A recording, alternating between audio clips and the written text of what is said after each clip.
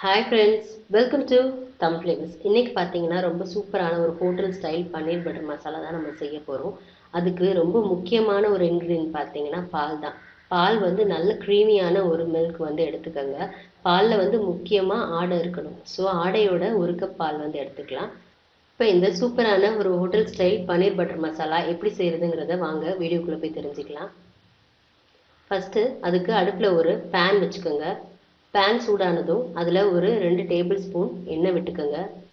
எண்ணெய் சேர்த்துட்டு அதில் ஒரு சின்ன பீஸ் அளவுக்கு பட்டர் வந்து ஆட் பண்ணிக்கோங்க. இந்த பட்டர் வந்து நல்லா மெல்ட் ஆகட்டும். ஃப்ளேம் பார்த்தீங்கன்னா நல்லா லோ ஃப்ளேமில் வச்சுக்கோங்க. பட்டர் வந்து நமக்கு கரிஞ்சிடக்கூடாது. கரிஞ்ச ஸ்மெல் வந்துட்டா பன்னீர் பட்டர் மசாலா வந்து டேஸ்ட்டாக இருக்காது. இப்போ இந்த பட்டர் நல்லா மெல்ட் ஆயிடுச்சு. இதில் ஒரு அரை ஸ்பூன் ஜீரகம், ஒரு சின்ன துண்டு பட்டை வந்து நல்லா சின்ன சின்னதாக ஒடிச்சு வச்சுருக்கேன், அதை வந்து சேர்த்துக்கலாம். இது லைட்டாக வதக்கி விட்டுக்கலாம். இதில் ஒரு 3 கிராம்பு 2 ஏலக்காய் வந்து சேர்த்துக்கலாம். இதையும் சேர்த்து லைட்டாக அந்த பட்டரில் வதக்கிக்கலாம். இப்போ இதில் ஒரு 10லேருந்து 12 பூண்டு வந்து சேர்த்துக்கலாம். இது ஒரு 5 செகண்ட் லைட்டாக இந்த பட்டர்லேயே நல்லா வதக்கிக்கலாம். இப்போ இதில் இந்த அளவுக்கு ஒரு பெரிய சைஸ் இஞ்சி துண்டு வந்து சின்ன சின்னதாக நறுக்கி வந்து நம்ம ஆட் பண்ணிக்கலாம். உங்களுக்கு இஞ்சி பூண்டு இந்த மாதிரி போட விருப்பம் இல்லைன்னா இஞ்சி பூண்டு பேஸ்ட்டாகவுமே சேர்த்துக்கலாம். நீங்கள் ஃப்ரெஷ்ஷாக போட்டிங்கன்னா எப்போவுமே டேஸ்ட் வந்து கிரேவிக்கு கொஞ்சம் அதிகமாகவே இருக்கும். இப்போ இது எல்லாத்தையுமே லைட்டாக அந்த பட்டரில் வந்து நம்ம சாட்டே பண்ணிக்கலாம். இப்போ இது கூட ஒரு 2 மீடியம் சைஸ் வெங்காயத்தை வந்து இந்த மாதிரி நீல வாக்கில் கட் பண்ணி வச்சுருக்கேன், அதை வந்து நம்ம ஆட் பண்ணிக்கலாம். இந்த வெங்காயத்தை போட்டு லைட்டாக அந்த பட்டரில் வதக்கி விட்டுக்கலாம்.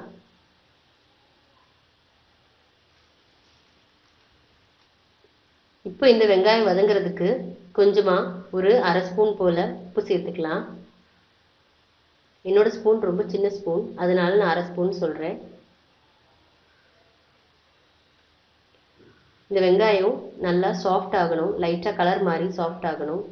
இப்போது லைட்டாக கலர் சேஞ்ச் ஆயிடுச்சு. இந்த ஸ்டேஜில் வந்து ஒரு 3 மீடியம் சைஸ் தக்காளி வந்து நீல வாக்கில் கட் பண்ணி வச்சுருக்கேன், அதையும் ஆட் பண்ணிக்கலாம்.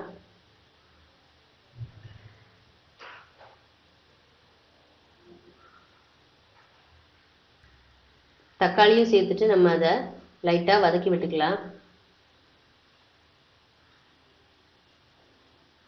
இப்போ இதில் ஒரு 10லேருந்து 12 முந்திரி பருப்பு சேர்த்துக்கலாம்.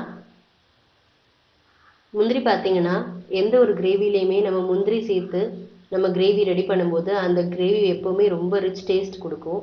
அதனால நான் முந்திரி வந்து கொஞ்சம் அதிகமாக சேர்த்துருக்கேன். இந்த வெங்காயம் தக்காளி நல்லா வதங்கட்டும். இதில் ஒரு 1/4 கப் தண்ணி வந்து ஆட் பண்ணிக்கலாம். 1/4 கப் தண்ணி சேர்த்துட்டா இந்த வெங்காயமும் தக்காளி நல்லா சாஃப்டாக நம்மளுக்கு வெந்து குழஞ்சிடும்.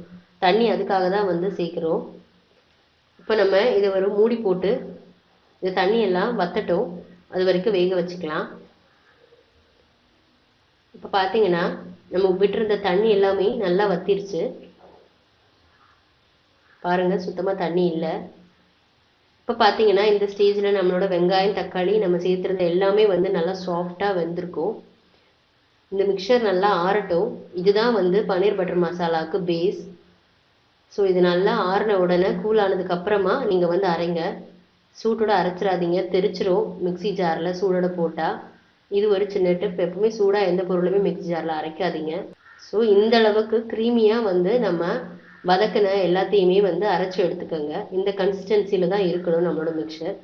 அப்படி இல்லைன்னா நீங்கள் வந்து ஒரு பெரிய அரிப்பில் கூட இதை வந்து நல்லா லைட்டாக அரைச்சி எடுத்துக்கலாம். சின்ன சின்ன இந்த பட்டை துண்டு ஏதாவது இருந்தால் கூட வந்துடும். இப்போ ஒரு பேனில் கொஞ்சமாக ஒரு 2 டேபிள் ஸ்பூன் எண்ணெய் விட்டுட்டு ஒரு சின்ன பீஸ் பட்டர் வந்து ஆட் பண்ணிக்கலாம். இந்த பட்டர் நல்லா உருகட்டும். ஃப்ளேம் வந்து லோலேயே வச்சுக்கோங்க. இந்த பட்டர் உருகினதும் அதில் ஒரு 2 கிராம்பு, ஒரு பீஸ் பட்டை வந்து ஆட் பண்ணிக்கலாம். ஒரு 2 ஏலக்காய், ஒரு அரை ஸ்பூன் ஜீரகம் சேர்த்துக்கலாம். இது லைட்டாக அந்த பட்டரில் வந்து வதக்கி விட்டுக்கலாம். 3 பிரியாணி இலை வந்து சேர்த்துக்கலாம்.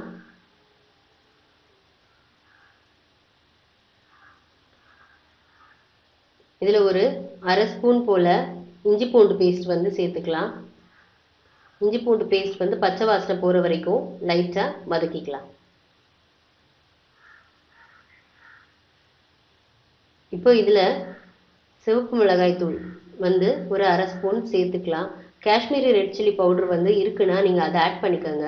அது வந்து நல்ல ஒரு கலர் கொடுக்கும் எப்போவுமே பன்னீர் பட்டர் மசாலாவுக்கு. அது இல்லாதவங்க சாதா மிளகாய் தூள் கூட நீங்கள் வந்து ஆட் பண்ணிக்கலாம்.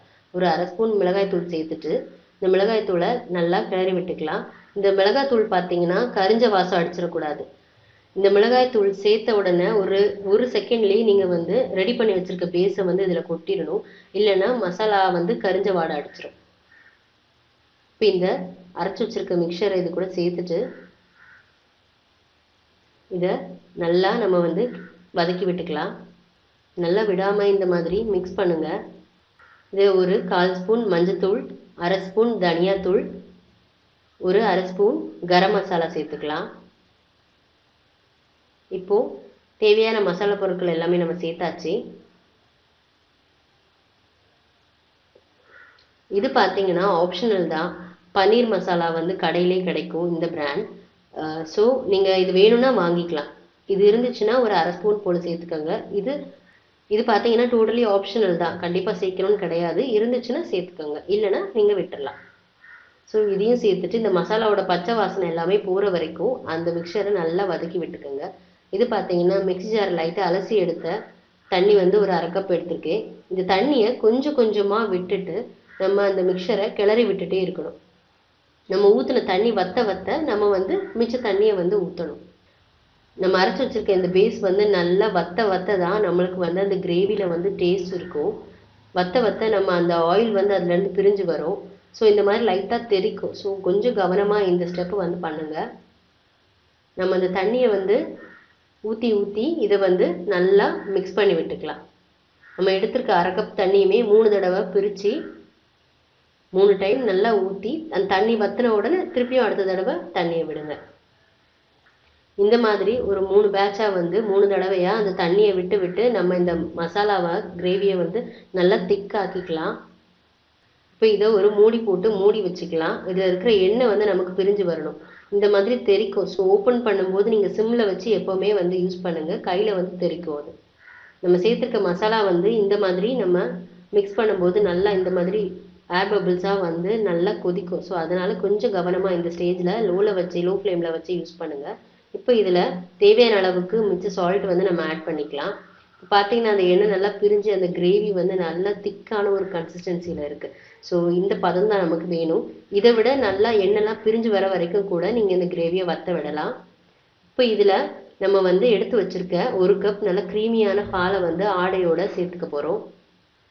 பாலில் முக்கியமாக ஆடை இருக்கணும். அந்த மாதிரி பால் வந்து எடுத்துக்கோங்க.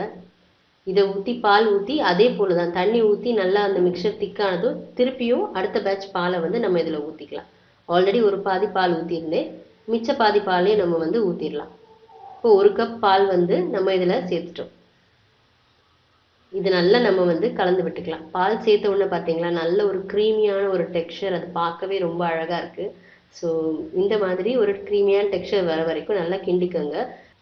ஒரு சீக்ரெட்டான இன்க்ரீடியன்ட் பார்த்தீங்கன்னா சுகர் தான். ஒரு 1/2 ஸ்பூன் சுகர் மட்டும் இந்த கிரேவியில் ஆட் பண்ணிட்டீங்கன்னா இந்த கிரேவியோட டேஸ்ட்டே வேறு லெவலில் இருக்குங்க.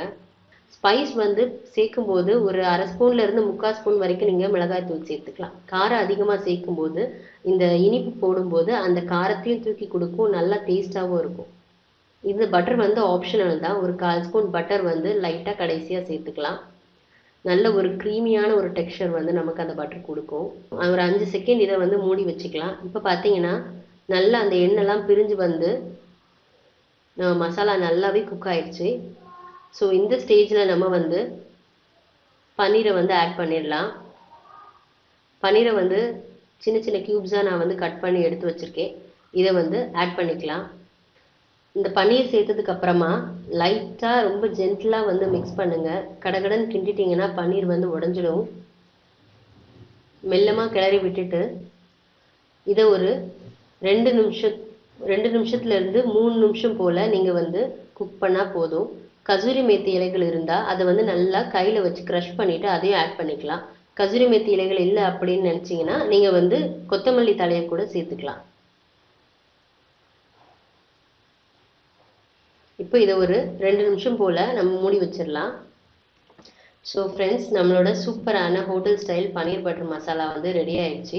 ரொம்பவே க்ரீமியாக நம்ம விட்டிருந்த பட்டர் எண்ணெய் எல்லாமே ஆயில் எல்லாமே செப்பரேட் ஆகி ரொம்ப சூப்பராக ரெடி ஆயிடுச்சு. நீங்களும் உங்கள் வீட்டில் ட்ரை பண்ணி பாருங்கள். ட்ரை பண்ணி பார்த்துட்டு உங்களோட கமெண்ட்ஸை மறக்காமல் என் கூட ஷேர் பண்ணுங்கள், லைக் பண்ணுங்கள், சப்ஸ்கிரைப் பண்ணுங்கள். உங்களோட கமெண்ட்ஸ் மேலும் மேலும் எனக்கு வீடியோ கொடுக்க ஹெல்ப்ஃபுல்லாக இருக்கும். தேங்க்யூ ஃபார் வாட்சிங்.